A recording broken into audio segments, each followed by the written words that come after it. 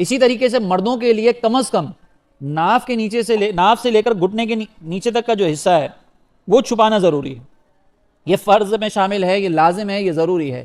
اگر یہ حصہ کھلا ہوا ہوگا تو نماز نہیں ہوگی.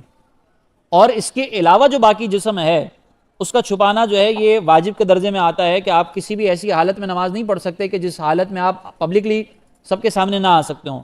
تو اگر کوئی بغیر کرتے کے نماز پڑھ رہا ہے تو اب اس کے لیے نماز پڑھنا مکروہ تحریمی ہوگا، اس کو نماز یہ دہرانی پڑے گی. لیکن بعض اوقات ہمارے یہاں پر کچھ مرد حضرات ایسا لباس پہنتے ہیں کہ جب وہ سجدے وغیرہ میں جاتے ہیں تو ان کا یہ ستر ظاہر ہو رہا ہوتا ہے، یہ حصہ ظاہر ہو جاتا ہے. تو ایسی صورت کے اندر اگر آپ کا جسم جو ہے وہ چوتھائی حصہ، آپ کے ستر کا چوتھائی حصہ اگر کھل گیا تو نماز ٹوٹ جاتی ہے. 1/4 اگر آپ کے جسم کا حصہ کھل گیا آپ کے ستر کا، تو اب ایسی صورت میں آپ کی نماز ٹوٹ جاتی ہے. تو یہ لباس ویسے بھی نہیں پہننا چاہیے کہ جب آپ اگر کوئی کسی کے سامنے اگر آپ جائیں اور تھوڑا سا اگر آپ کے جھکنے سے وہ آپ کا ستر ظاہر ہو رہا ہو تو یہ تو لباس ویسے بھی نہیں پہننا چاہیے، نماز میں بدرجہ اولا نہیں پہننا چاہیے. تو اس کا بھی خیال ہمارے یہاں پر تھوڑا کم کیا جاتا ہے. بعض اوقات مسجد میں آپ دیکھتے ہیں کہ وہ پیچھے نماز پڑھنے والوں کے لیے آزمائش ہو جاتی ہے. تو اس طرح کے لباس سے ہمیں اجتناب کرنا ہوگا.